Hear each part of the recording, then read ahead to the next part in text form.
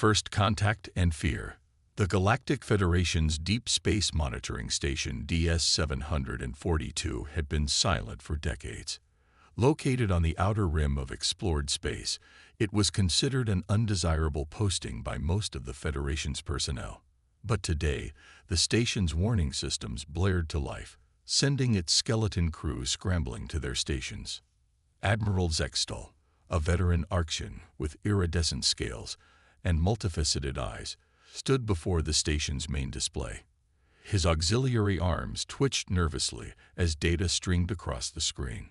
"Report," he commanded, his translator converting the clicks and whistles of his native tongue into standard Federation speech.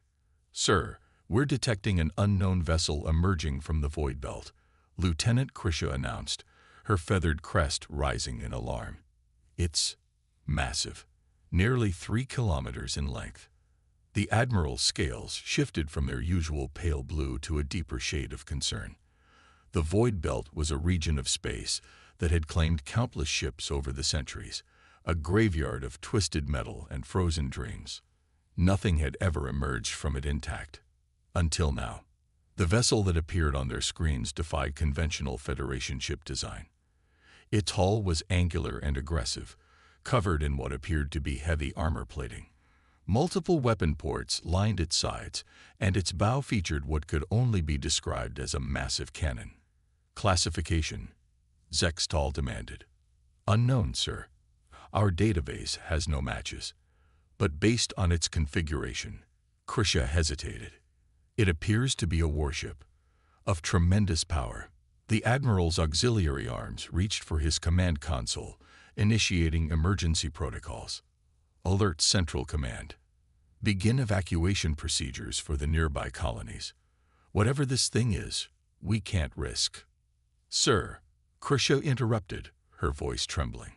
"We're detecting signs of life aboard, and energy readings are increasing." The mysterious vessel's exterior lighting suddenly activated, illuminating markings along its hull. The Federation's universal translators worked frantically to decode the alien script. "UNSS HFY, Earth Defense Force. Earth." Zextal whispered the unfamiliar word. "Search the archives. Now." The station's AI compiled what little information existed about Earth in mere seconds.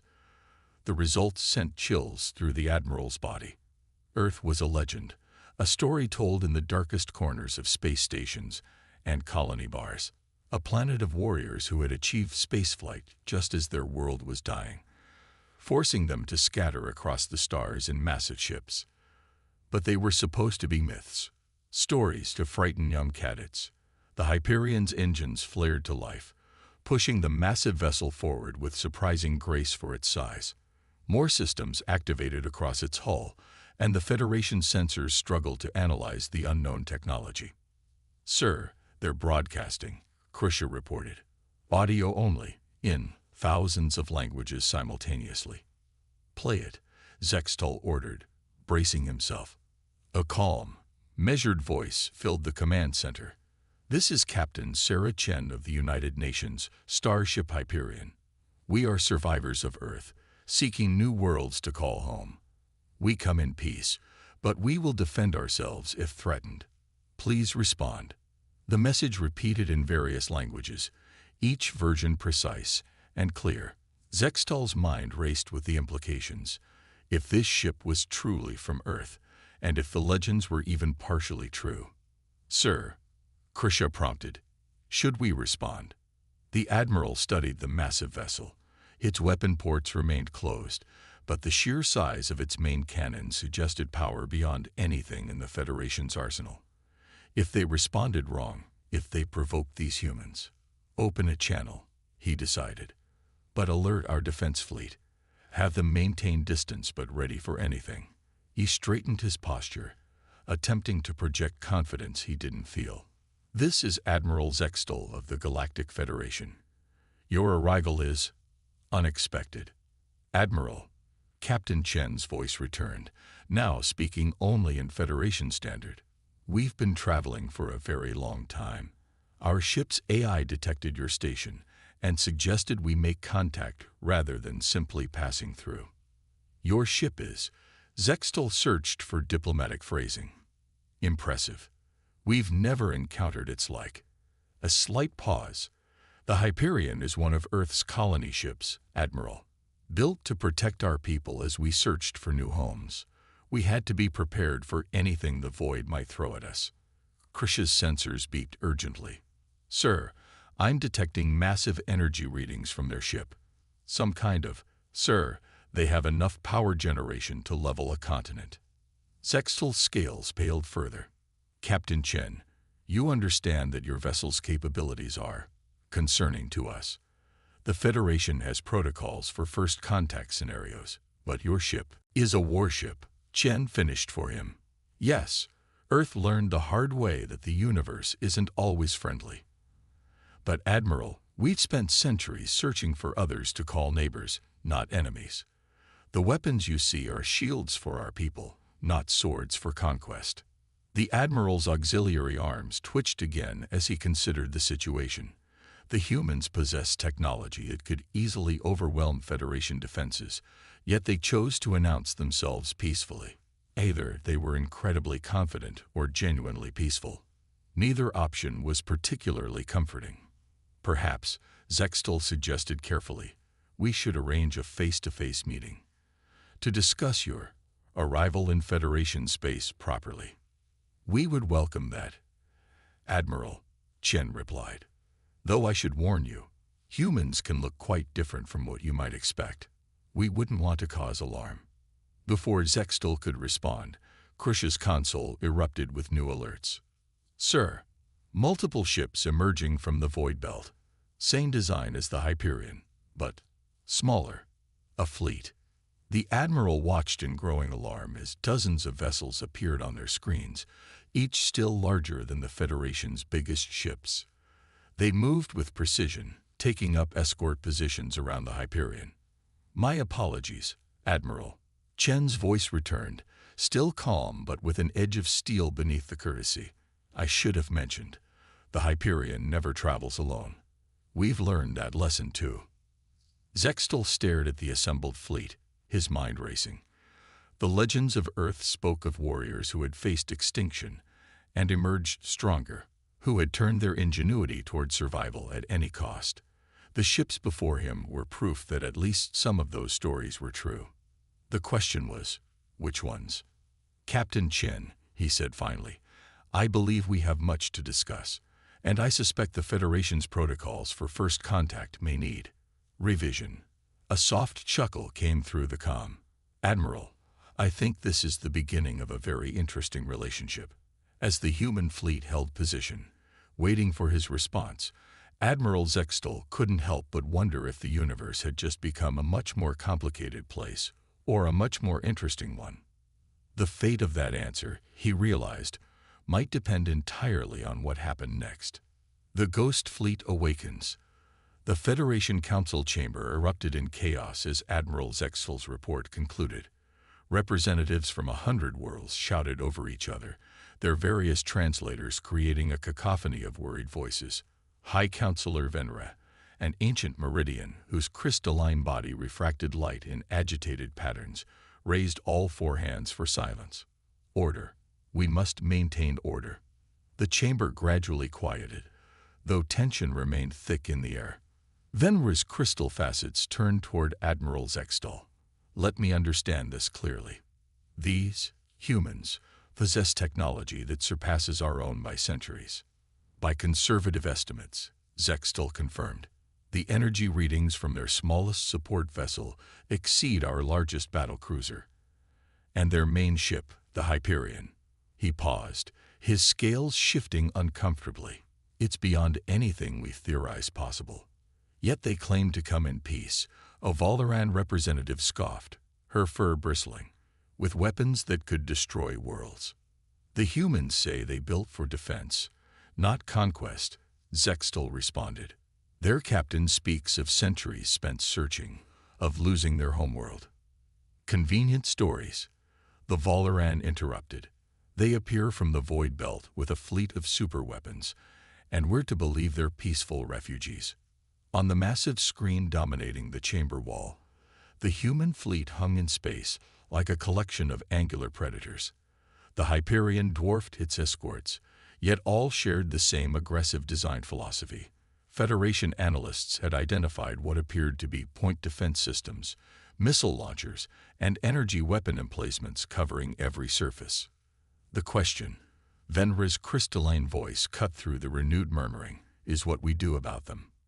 In the observation lounge above the council chamber, Captain Sarah Chen watched the proceedings with carefully controlled expression. Her dark eyes reflected the tactical displays showing both fleets' positions, while her short silver hair caught the artificial light. Despite her apparent calm, her fingers drummed quietly on the railing. "They're afraid of us," observed Commander James Rodriguez, her first officer. The tall man's brown skin was creased with concern as he studied the alien council below. "Can't entirely blame them. We could show up with enough firepower to level a solar system." "We had to," Chen replied softly. "After what happened at New Eden." She left the sentence unfinished. Everyone aboard the Hyperion knew that story. How a seemingly uninhabited system had nearly spelled doom for one of Earth's first colonies. Rodriguez nodded grimly. "Still, maybe we should power down some systems. Show good faith." "No." Chen's response was immediate. "We protect our people. Always." She touched the medallion at her throat, a gesture Rodriguez recognized. It contained a hologram of Earth, their lost cradle of humanity. "We can be diplomatic, but we won't be vulnerable. Not again." Below, the council's debate had taken an ominous turn. "We should strike now," the Valoran representative was saying. "Before they can bring more ships through the void belt. Their technology may be superior, but we have numbers. And risk interstellar war with an unknown power." Zextal interrupted. "We don't even know the extent of their capabilities." Then perhaps, a new voice suggested smoothly, "We should find out." All eyes turned to Counselor Dax, a shadowkin whose dark form seemed to absorb light. His species was known for subtle manipulation and careful planning. The humans claimed their ship emerged from the void belt. Surely there must be more of their vessels there, lost over the centuries of their supposed wandering. Understanding rippled through the chamber. The void belt had claimed countless ships over the millennia. If human vessels were there. "A salvage mission," Dax continued. "To verify their claims, of course. And if we happen to learn more about their technology in the process." In the observation lounge, Chen's fingers stopped their drumming. "They're going to try to salvage our dead," she said quietly. Her voice carried centuries of cultural weight. In the exodus from Earth, every lost ship represented thousands of lives, generations of hopes frozen in the void. "Captain," Rodriguez started, "if they find the Artemis." "They won't just find a derelict," Chen finished. "They'll wake her up." The Artemis had been one of the first colony ships, lost in the void belt centuries ago. Like all Earth vessels, it carried automated defense systems designed to protect its sleeping cargo even if the crew perished. Systems that would interpret any unauthorized salvage attempt as hostile action. Below, the council was voting. The salvage mission was approved overwhelmingly. Despite Sextal's protests, a Federation recovery fleet would depart within hours. "Should we warn them?" Rodriguez asked. Chen watched the aliens celebrating their decision, seeing not malice but fear driving their choices. Fear of the unknown, of change, of powers beyond their understanding. The same fears that had once driven humanity to build ships like the Hyperion. "No," she decided. "Sometimes the only way to understand is to learn firsthand." She straightened, tugging her uniform jacket into perfect alignment. "Alert the fleet. When the Artemis wakes up, things will get interesting." The Federation salvage fleet departed 12 hours later, 15 ships strong, equipped with the best recovery technology available. They entered the void belt confident in their superior numbers and experience. They had no way of knowing they were being washed. Deep in the twisted wreckage that gave the void belt its reputation, ancient systems stirred to life. The Artemis, a massive colony ship that had drifted for centuries, began its awakening protocols. Its AI, designed to protect its cargo at all costs, assessed the approaching vessels. Classification: unknown. Intent: salvage/hostile. Response protocol activated. Around the seemingly derelict ship, defense platforms that had laid dormant for hundreds of years powered up. Automated repair systems that had worked silently for centuries completed their tasks. The Artemis had never died. It had simply been waiting. As the Federation fleet approached what they thought was a lucky find, the ghost of humanity's past prepared to remind the galaxy why Earth's children had survived when so many others had fallen to the void. The lesson was about to begin. The awakening storm. Recovery team leader Daxril checked his instruments for the third time as his fleet approached the derelict human vessel. The Artemis hung in space like a sleeping giant, its dark hull absorbing sensor scans as if hungry for them. Beginning approach pattern Delta, he announced to the fleet. Remember, we're looking for any technological data we can salvage. The Council wants to know exactly what we're dealing with. The massive colony ship dwarfed their salvage vessels. Unlike the aggressive angles of the Hyperion, the Artemis had a more organic design. Smooth curves punctuated by what appeared to be massive garden domes, now dark with centuries of accumulated space dust. "Sir," his sensor officer reported, "I'm detecting unusual power fluctuations from the wreck." Daxril's antenna twitched. Impossible. Nothing could still be powered after all this time in the void belt. But the readings were clear and growing stronger. Aboard the Hyperion, Captain Chen watched the feed from their long-range sensors. The Federation salvage fleet had no idea they were being monitored. She saw them deploying their recovery drones, preparing to breach the Artemis's hull. "They're about to make first contact with our automation protocols," Rodriguez observed. "Should be educational." Chen nodded silently. The Artemis had been their first true colony ship, built when humanity still remembered the bitter lessons of their exodus from Earth. Its defense systems were arguably more paranoid than modern vessels. The first Federation drone touched the Artemis's hull. Deep within the ancient ship, circuits that had waited centuries activated. The AI core, never truly dormant, initiated its primary directive: protect the sleepers. On the salvage fleet's screens, the dead ship suddenly blazed with energy signatures. Points of light appeared along its hull as defense turrets emerged from concealed housings. The garden domes split apart, revealing missile batteries that had waited generations to serve their purpose. "By the void," Daxril whispered. "It's alive." The Artemis' first response was almost gentle, a focused EMP pulse that disabled the nearby drones without harming the Federation ships. A warning, delivered in the universal language of force. The salvage fleet reacted with panic, ships scattering in different directions. But the Artemis had no intention of letting potential threats escape. Force fields sprang to life, creating a containment sphere around the entire area. "We're trapped," Daxril's tactical officer shouted. "The energy readings, they're beyond anything in our database." The Artemis's external speakers activated, broadcasting in Federation standard. "Unovidor, horizon. DT. CLVG attempt DETCTED. Initiating defense protocols.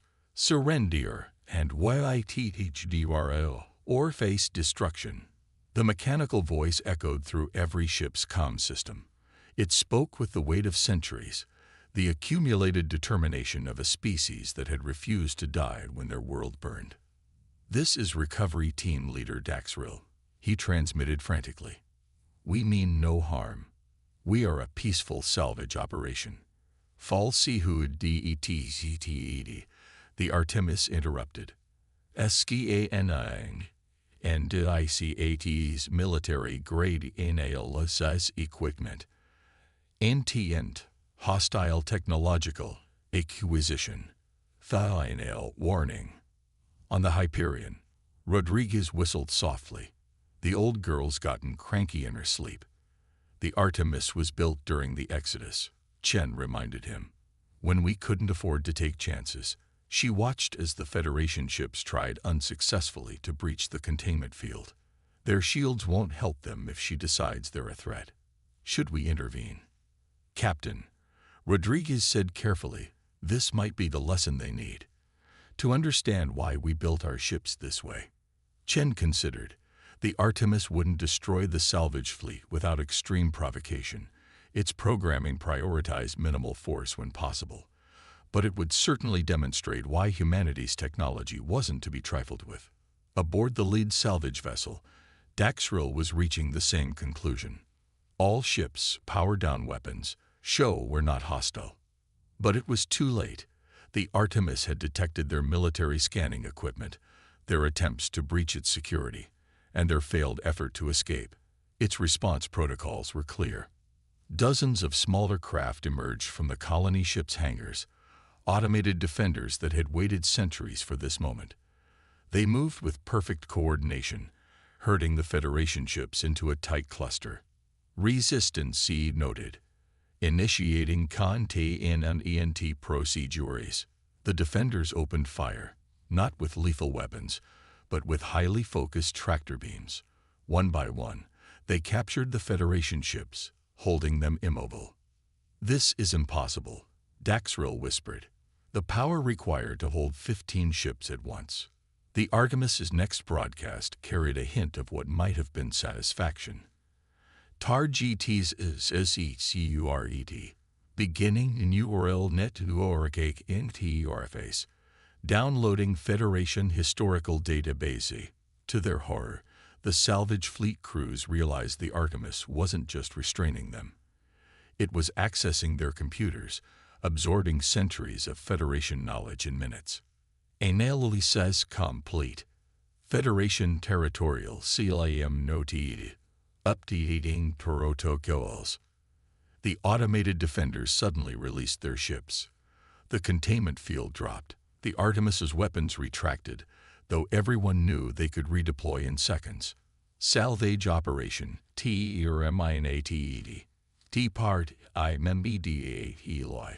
Further ATEM pieces will be met with lethal force. As the Federation fleet retreated in disarray, the Artemis sent one final message, not to them, but to the Hyperion.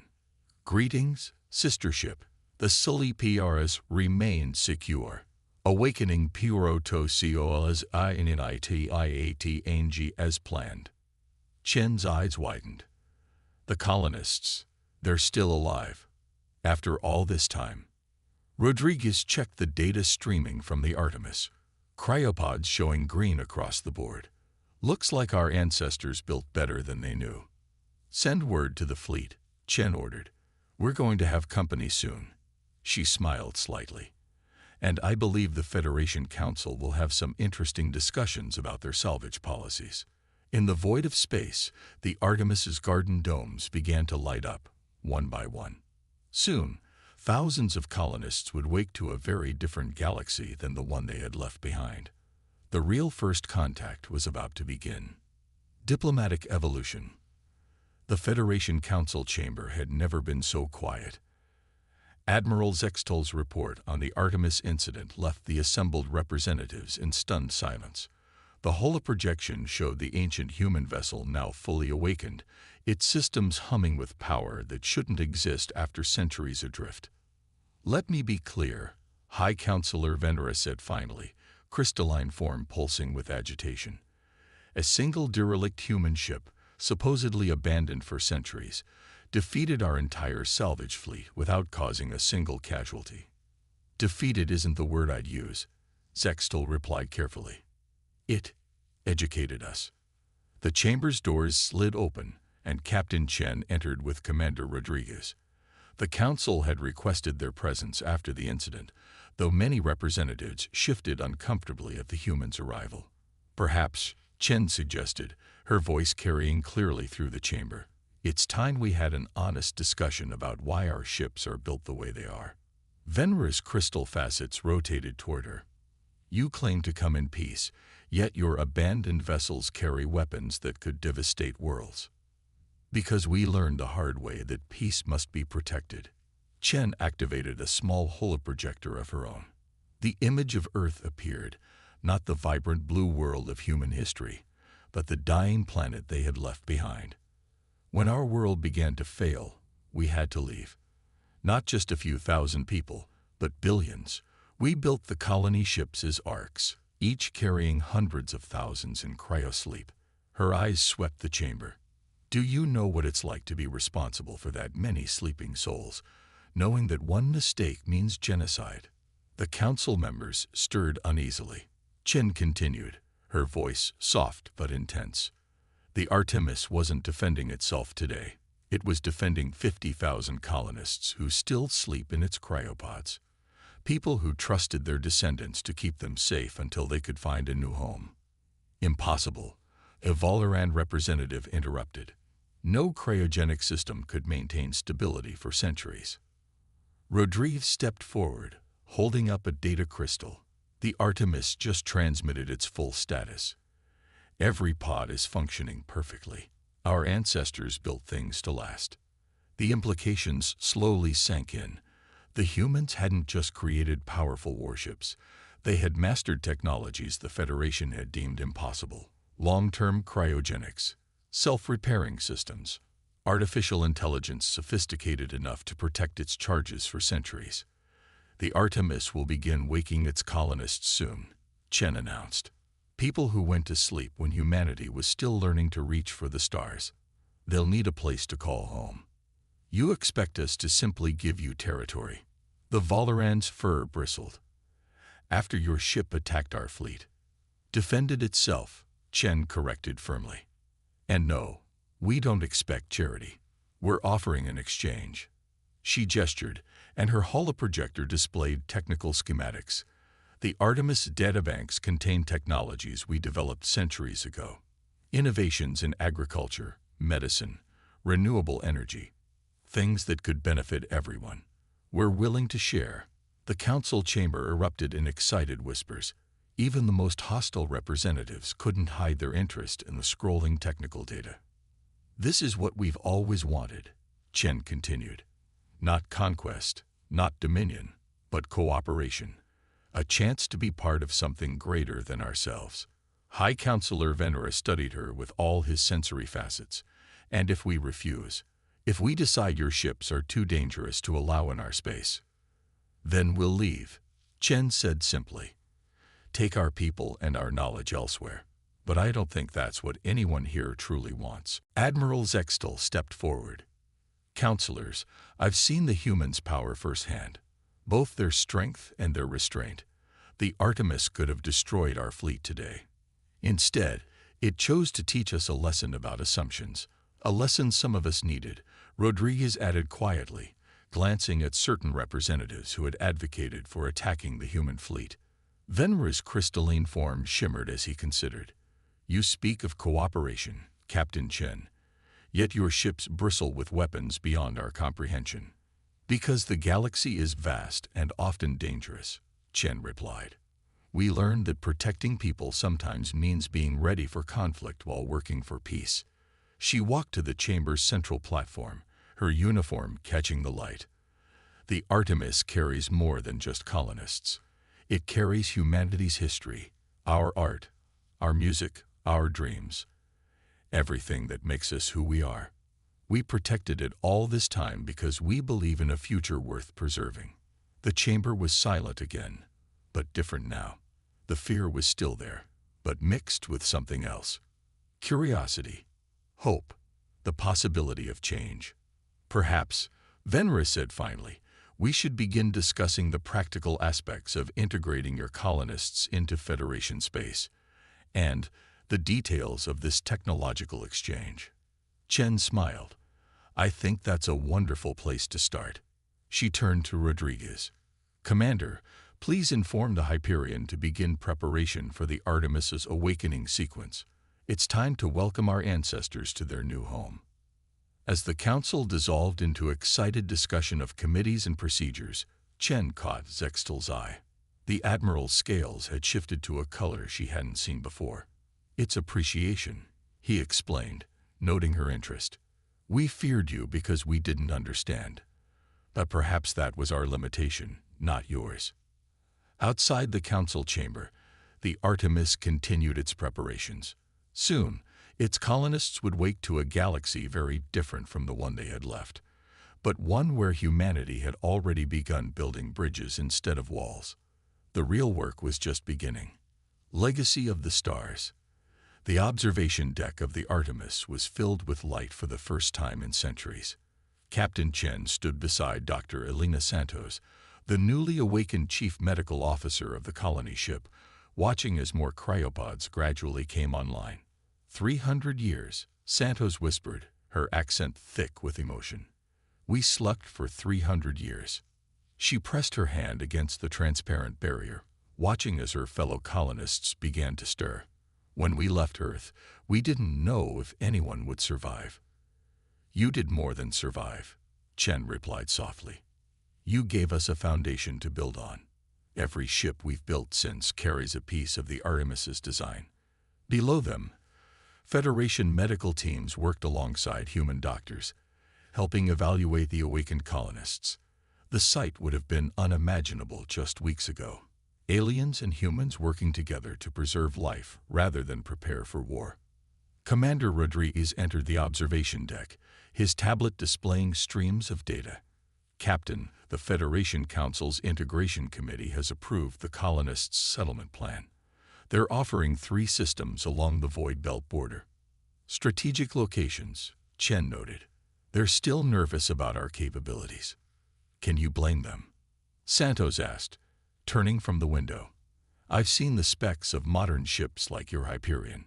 We built the Artemis to protect our people, but you've created vessels that could reshape solar systems. Because we remembered the lessons you taught us, Chen responded. The Artemis showed us that survival isn't just about power, it's about persistence, about building things to last. The ship's intercom activated with a soft chime. Captain Chen, this is High Counselor Venra. The first technology exchange briefing is ready to begin. Chen nodded to her officers. Duty calls. Doctor, would you like to join us? Show the Federation what human medicine looked like 3 centuries ago. Santos smiled. They might be surprised. We were quite innovative when our backs were against the wall. The briefing chamber was packed with Federation scientists, their varied anatomies all displaying signs of excitement. Admiral Zextal stood at the front, his scales now permanently shifted to shades of anticipation and hope. The first Joint Human Federation project will be establishing the new colonies, he announced as Chen and Santos entered. But equally important is the exchange of knowledge that Captain Chen proposed. The main screen displayed schematics from the Artemis database, agricultural systems designed to feed millions in space, medical techniques that could suspend life for centuries, energy technology that could power cities without destroying worlds. Your ancestors were remarkable, a Meridian scientist observed, crystal form refracting light in patterns of admiration. They faced extinction and responded with innovation rather than despair. They had no choice, Santos replied. Earth was dying. We had to preserve not just our people, but everything that made us human. Our knowledge, our culture, our hope for the future. And now that future includes us, Zextal added. Though I admit, I never expected first contact to involve being lectured by an ancient starship. Laughter rippled through the chamber, a sound that would have been unthinkable weeks ago. Fear was giving way to understanding, suspicion to curiosity. Chen activated her own display, showing the proposed colony sites. These systems are perfect for our needs, but I have a counter-proposal. The chamber quieted as she continued. Instead of separate human colonies, what if we built them together? Joint settlements, combining Federation and human technology, knowledge, and people. Ambitious, Venra's voice came through the calm. Some would say dangerously so. Everything worth doing has an element of danger, Chen replied. But look what we've already accomplished. Federation medical technology is helping our colonists wake safely. Our agricultural systems will help feed worlds across your space. Apart, we're powerful. Together, she smiled. Together, we could reach for things neither of us imagined possible. The chamber erupted in discussion, but Chen could see the idea taking hold. The Federation had encountered human innovation and determination, not as a threat, but as an opportunity. On the main screen, the Artemis floated serenely beside the Hyperion. Old and new, past and present, different approaches to the same goal. Survival through innovation, protection through preparation, and now, growth through cooperation. It won't be easy, Santos observed quietly. 300 years of human development meeting centuries of Federation tradition. The best things never are, Chen replied. She looked out at the assembled aliens and humans, all focused on building something new. But that's what makes them worth protecting. In the depths of space, more lights awakened aboard the Artemis. More colonists opened their eyes to a future they had never imagined, one where humanity had found not just survival, but partnership among the stars. The Federation had feared human ships because they didn't understand what drove their design. Now they knew. Every weapon was a shield, every system redundancy a promise to protect, every innovation a step toward a future worth building. Together, they would build that future. One colony, one exchange, one bridge between cultures at a time. The legacy of Earth, carried through centuries in ships like the Artemis, would finally fulfill its purpose, not just to preserve humanity, but to help it thrive among new friends and allies in the endless sea of stars. It was, Chen reflected as she watched humans and aliens working side by side, exactly the kind of ending their ancestors had hoped for when they first reached for the stars. The beginning of something greater than they had ever dreamed possible. First contact, fatal mistake. The void between stars had never seemed so small to Supreme Commander Tezek. From the command bridge of the Resolute Conqueror, flagship of the Keldari Empire's 7th Expansion Fleet, he watched the holographic display of the unassuming yellow star and its collection of planets. The third rock from the center glowed blue and green, marked with swirling white clouds. A perfect prize. Life signs are abundant, Commander, reported his science officer, Liran. Her 6-fingered hands danced across the control panel. Oxygen-nitrogen atmosphere, extensive water bodies, and a dominant species with rudimentary technology. Rudimentary. Tezek's scaled brow ridges raised in interest. The Keldari Empire had conquered 17 systems in the last century alone, bringing primitive species under their rule for labor and resources. It was practically a routine by now. They've barely left their atmosphere, Liran confirmed. Some primitive satellites, a small orbital station, nothing that could detect our presence at this range.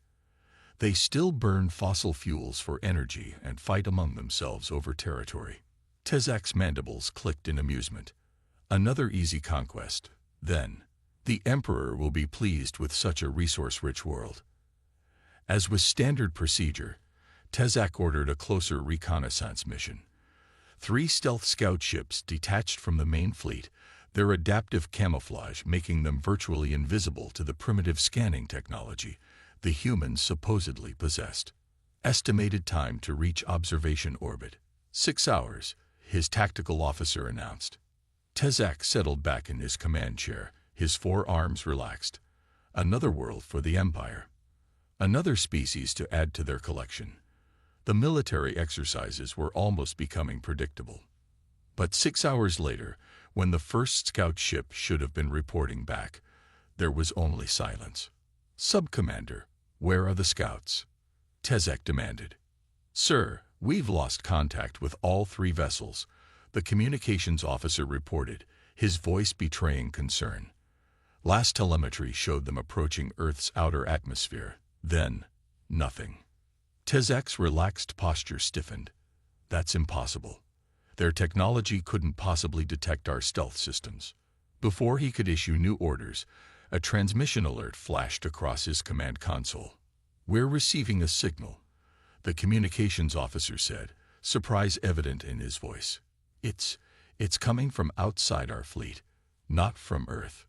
"Put it through," Tezek ordered. The holographic display flickered, and a figure materialized before him. It was a Rigelian, scales worn and faded, one eye replaced with a crude cybernetic implant. The species was known for their mercenary work across the galaxy, but this one looked like he'd seen more battles than most. Keldari vessel, the Rigelian spoke, his voice raspy. Turn back now. Tezak's mandibles clicked in irritation.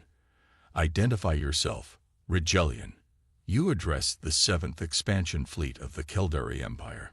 My name is Vexlor, once High Captain of the Rigelian Conquistadors. Now, he gestured to his battered appearance, a survivor. And I bring you a warning. Do not engage with the humans. Laughter rippled through the command bridge. A single battered Rigelian warning off an entire fleet. It was absurd. Your concern is noted, Tezak replied dismissively. Now clear this channel before. You lost 3 scout ships already, didn't you? Vexlor interrupted. The bridge fell silent. How did you know that? Tezak demanded. Because the same happened to us, Vexlor said. And the Krixtol before us. And the Jolari before them. The humans. They are not what they seem. Tezak leaned forward. Explain yourself. We had a fleet 3 times the size of yours, Vexlor said, his good eye narrowing. We thought as you do. Primitive world. Easy conquest. We lost everything. Not just defeated, hunted. The humans don't just fight wars. They end them. Permanently. Your failure does not concern me, Tezak replied. The Keldari Empire has never known defeat. Nor had we, Vexlor said quietly. 5 standard years ago, we approached Earth with 27 warships and the best technology in 3 sectors. Today, I'm the last of my fleet. The humans. They let me live. To warn others. Chill ran through Tezak's exoskeleton, but he shook it off. This was obviously a ploy. Perhaps the humans had captured this Rigelian, broken him, sent him as psychological warfare.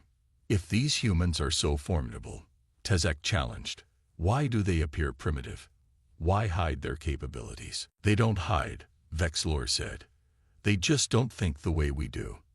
Their technology isn't unified or standardized. They innovate chaotically, unpredictably. They were splitting atoms while still burning coal. They were exploring quantum physics before they cured basic diseases. They develop weapons before they understand the consequences of using them. He paused, the cybernetic eye flickering. But that's not what makes them dangerous. It's their tenacity.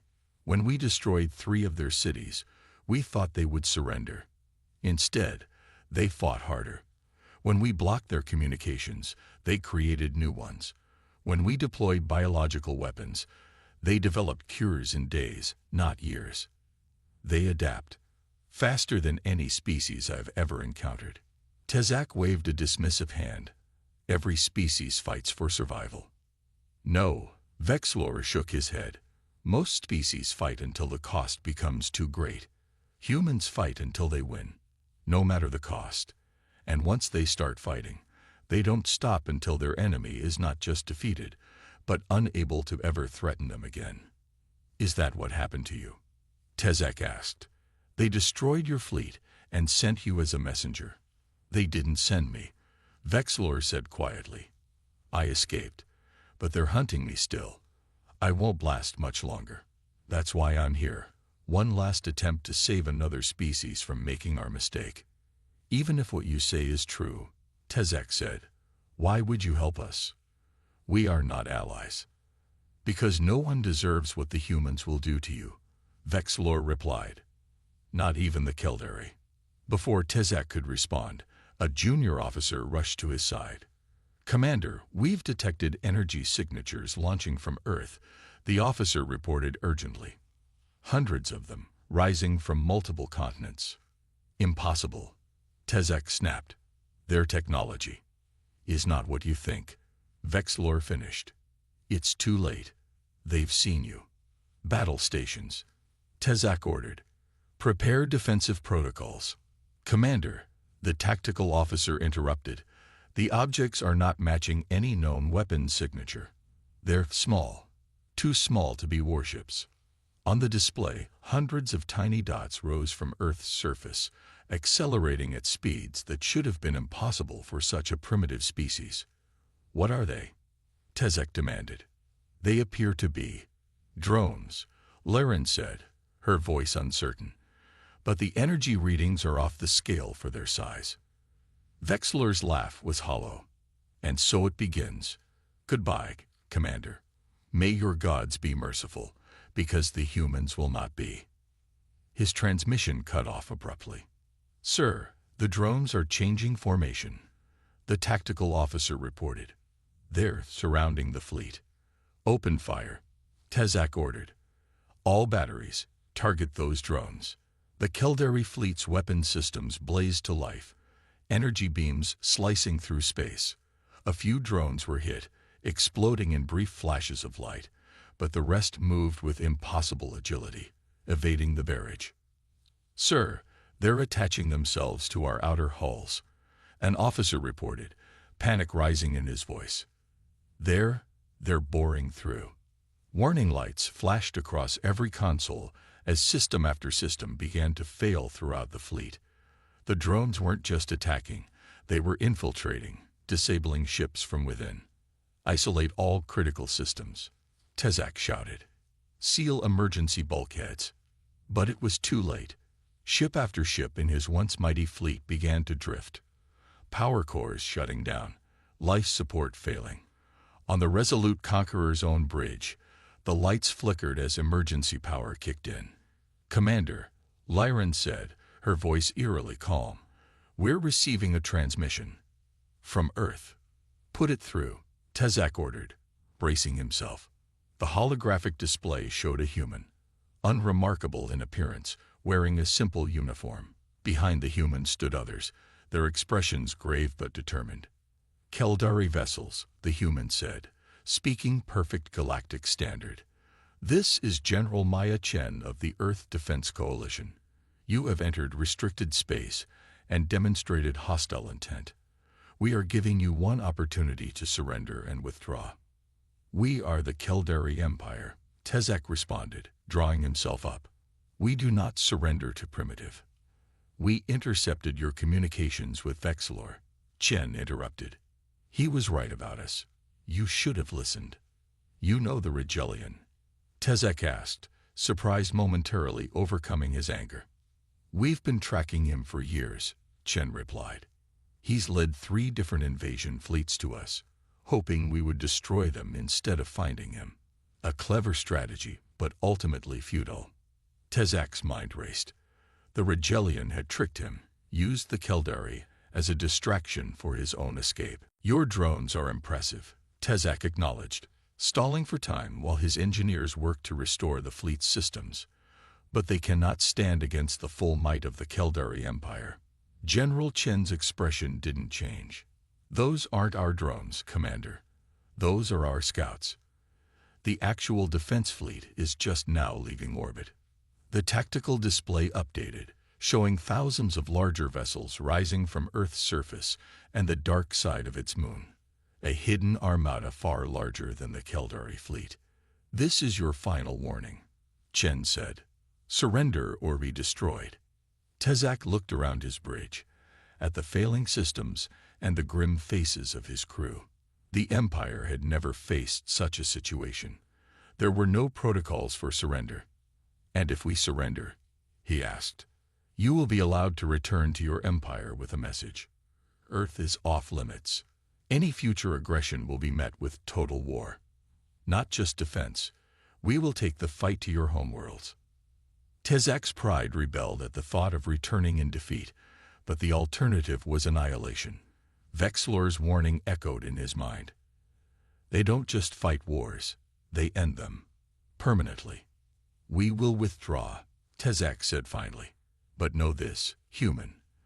The Empire does not forget such insults. Chen's expression hardened. Neither do we, Commander. Neither do we. As the transmission ended, Tezek slumped in his command chair. For the first time in his long career, he had retreated without firing a shot. The Emperor would not be pleased. But as he watched the human vessels take up position around his crippled fleet, Tezak had the disturbing feeling that he had just saved the Keldari Empire from extinction. The humans had let them go this time, but he had no doubt they would remember every detail of this encounter. The Rigelian's warning had come too late to save his pride, but perhaps it had saved his civilization. "Set course for home," he ordered quietly, "and prepare a full report on everything we've learned about humanity." Underestimating humanity, the Grand Council chamber of the Keldari Empire had never been so silent. 7 solar cycles had passed since the humiliating retreat of the 7th Expansion Fleet, and Emperor Krastak himself had convened the emergency session. Supreme Commander Tezak stood at the center of the chamber, surrounded by the stern faces of the Empire's highest authorities. "You retreated," the Emperor stated, his voice carrying no emotion, which was far more terrifying than anger. "The Keldari Empire has conquered 17 systems in a century, and you retreated from a single world of primitives." Tezak held his ground. "With respect, Your Eminence, they were not primitives. Our intelligence was catastrophically wrong." The holographic display activated, showing images captured before the fleet's systems had been compromised. The swarms of Earth drones, the hidden fleet, and most importantly, the scans of human technology that didn't conform to any known developmental pattern. "The humans don't develop technology linearly," Tezak explained. "Most species master planetary travel, then near-system exploration, then FTL. Humans developed nuclear weapons before they had reliable planetary flight. They created artificial intelligence while still burning fossil fuels. Their technological progress is chaotic." High General Vosht, the Emperor's most trusted military advisor, leaned forward. "And you believe these anomalies make them a genuine threat to the Empire?" "I do," Tezak said firmly. "More than that, I believe they are already aware of us beyond their system. The Rigelian, Vexlor. The mercenary who tricked you." Vosht interrupted with disdain. "He did not trick us about the humans' capabilities," Tezak countered. "Only his motives. And according to the humans themselves, he has led multiple fleets to Earth, seeking to use them as distractions. Which means, the Emperor finished, that other species have attempted conquest and failed." "How many?" "Unknown," Tezak admitted. "But the human general mentioned at least 3, including the Rigelians. And given their technology, I suspect they've been gathering intelligence from these encounters." The Emperor's 4 eyes narrowed. "You're suggesting they've been reverse engineering alien technology?" "I believe so, Your Eminence. Their drones contained elements reminiscent of crystal design, but modified, improved. If they'd been harvesting technology from every species that challenges them." The implication hung heavy in the chamber. "Then we cannot allow them to continue," the Emperor declared. "If these humans are as adaptive as you claim, they represent an existential threat to the Empire. Not today, perhaps, but eventually." "I agree," Tezak said, "which is why we must approach this differently. Not as a standard conquest, but as—" he hesitated before using a term rarely spoken in the council chamber, "as an extermination." Murmurs spread through the assembled dignitaries. The Keldari conquered, enslaved, exploited, but extermination was reserved for only the most dangerous threats. "You propose genocide, Commander?" the Emperor asked. "I propose survival, Your Eminence." The humans made their intentions clear. Any further aggression would be met with total war. They would not stop at defending their world. They would bring the fight to us. The Emperor was silent for a long moment, then nodded. "Prepare a full battle plan. You will lead our response, Commander Tezak. Not as punishment for your retreat, but because you have seen these humans firsthand. You understand the threat." "Yes, Your Eminence." Tezak bowed deeply. "I will not fail the Empire." But as he left the chamber, Tezak could not shake the feeling that they were still underestimating their enemy. 6 months later, the largest fleet ever assembled in Keldari history entered the Sol system. Not 1 fleet, but 3, approaching from different vectors to surround Earth completely. This time, they bypassed stealth entirely. This was to be a show of overwhelming force. On the bridge of the new flagship, the Imperial Judgment, Tezak watched the tactical display with grim determination. The fleets had timed their arrival precisely, emerging from FTL simultaneously to prevent any warning. Surprise was essential. But as the ships decelerated to combat speed, Tezak felt a chill run through his exoskeleton. "Commander," his tactical officer said, voice faltering, "we're detecting structures." The void around Earth was no longer empty.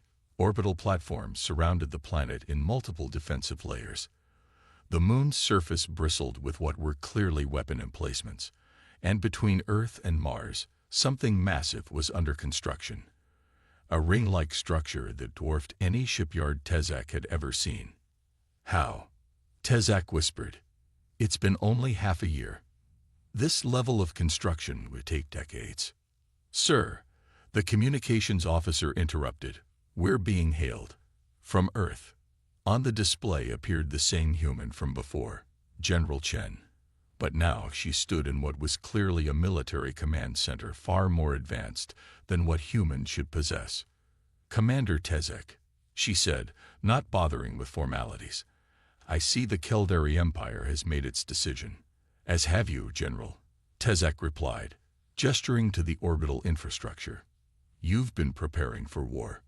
"We've been preparing since your retreat," Chen confirmed, "though I must thank you for the warning." "Warning?" Tezak's mandibles clicked in confusion. "Your ship's databases weren't as secure as you thought," Chen explained. "Before we allowed your fleet to leave, we downloaded everything.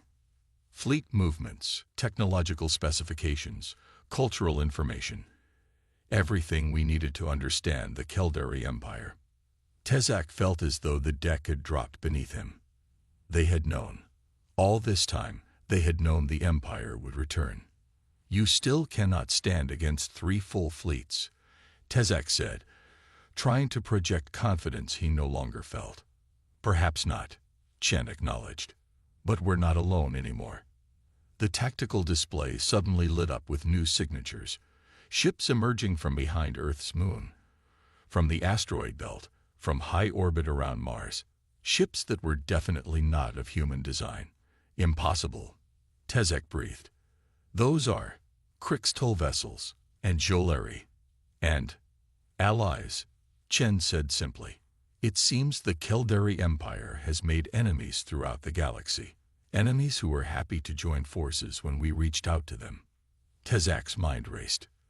"The Rigelian, Vexlor, you captured him." "Eventually, yes, and he proved quite informative about galactic politics." Chen's expression hardened. "You're not the only empire that's been conquering worlds, Commander, but you might be the last." Tezak knew then that they had catastrophically miscalculated. The humans hadn't just been preparing defenses. They'd been building alliances, creating a coalition against the Keldari. "This is your final chance, Commander," Chen said. "Return to your empire. Tell your emperor that Earth and its allies will no longer tolerate conquest. Any aggression against any of our worlds will be met with united response." Pride and duty warred within Tezak. The emperor had ordered the humans' extinction. Retreat now would mean disgrace, possibly execution. But before he could respond, his tactical officer called out in alarm. "Sir!" Energy spiked from the orbital platforms. The platforms around Earth had begun to glow, power building to levels that overloaded the Keldari sensors. "You should have listened the first time, Commander," Chen said quietly. "We warned you. Once you fight humans, there's no escape." The platforms fired, not at the Keldari ships, but at points in space around them. Space itself seemed to ripple and tear, forming swirling vortices that pulled at the Keldari vessels. "Artificial gravity wells," Tezak shouted. "Evasive maneuvers." But it was too late. Ships at the fleet's edges were already being dragged into the vortices, their engines straining against forces they were never designed to resist. "What is this technology?" Tezak demanded. "A combination, actually," Chen replied, almost conversational now. Crystal gravity manipulation, Jolary phase technology, and some human innovations. We call them space anchors. They trap you in place while we decide what to do with you. The Allied fleet began to move, surrounding the immobilized Caldari ships. Now, Commander, Chen continued, you have a choice: unconditional surrender or total destruction. And I should warn you, even if you personally choose surrender, we cannot guarantee that all your captains will comply. Some of your ships have already opened fire. Indeed, several Caldari vessels had begun firing desperately at the gravity wells, their weapons having no effect. Others had turned their guns on the approaching Allied ships, which returned fire with devastating precision. Tezak watched as Caldari vessels, the pride of the Empire, were systematically disabled or destroyed, not in glorious battle, but like animals caught in a trap. Cease fire, he ordered over the fleet-wide channel. All vessels, cease fire immediately. Slowly, the Caldari weapons fell silent. A wise decision, Chen said. Now about those terms of surrender. 3 standard years later, Vexlor stood on the observation deck of the human diplomatic vessel Reconciliation, watching as representatives from 27 formerly conquered species signed a galactic cooperation treaty. The Caldari Empire was gone, not destroyed, but transformed, its conquered worlds liberated, its military dismantled, its government restructured under the supervision of the new Galactic Council. Beside him stood General Chen, now Ambassador Chen, her uniform replaced with more formal diplomatic attire. "Does it satisfy you?" she asked, nodding toward the ceremony. Seeing them brought low. Vexlor considered the question. "I thought it would. For years, all I wanted was revenge, against the Caldari, against all who had wronged my people. But this," he gestured to the gathering, "this is better." "Peace often is," Chen agreed, "though it took us humans a long time to learn that lesson ourselves." "And yet you were ready for war," Vexlor observed. "Your defenses, your alliances, your weapons, you prepared as though conflict was inevitable. An old human saying, hope for peace, prepare for war." Chen smiled slightly. "We learned through our own bloody history that disarmament comes after stability, not before it." Vexlor turned to face her fully. "Why did you spare me? After I led those fleets to Earth, used them as distractions, you could have executed me as a war criminal." "We considered it," Chen admitted, "but we recognized something in you, the same desperation we felt ourselves. The will to survive at any cost. It's what makes humanity dangerous, but it's also what helped us understand you." The ceremony below concluded, representatives from former enemies now cautiously shaking hands, tentacles, and various appendages in newly forged alliances. "They still fear you, you know," Vexlor said quietly. "All of them, even your allies." "I know," Chen nodded, "but we're hoping that, in time, fear will be replaced by respect, and eventually, by trust." "And if it's not?" Vexlor asked. "If some new threat emerges, some species that cannot be reasoned with?" Chen's expression hardened momentarily, a glimpse of the military commander beneath the diplomat's exterior. "Then they'll learn what you already know. Once you fight humans, there's no escape. We'll do whatever it takes to protect what we've built here." She gestured to the gathering below. "All of it." Vexlor nodded slowly. The humans remained paradoxical to him, capable of both tremendous destruction and remarkable compassion. Warriors who craved peace, conquerors who liberated. Perhaps that was their true strength, not their technology or their tenacity, but their adaptability, their capacity to be whatever the moment required. "I warned them," he said finally. "The Caldari. I told them what would happen if they attacked you." "Yes," Chen agreed. "You did. And in doing so, you helped create this moment." She nodded toward the ceremony below. "Perhaps that can be your legacy, rather than the fleets you once led to our doorstep." As the new Galactic Council prepared to convene its first official session, Vexlor found himself hoping she was right. The galaxy had changed irrevocably since humanity's emergence onto the cosmic stage. Empires had fallen, alliances had formed, and a new order was taking shape, one built not on conquest, but on cooperation. All because someone had finally heeded the warning. Once you fight humans, there's no escape. Not from their wrath. And not from their mercy, either.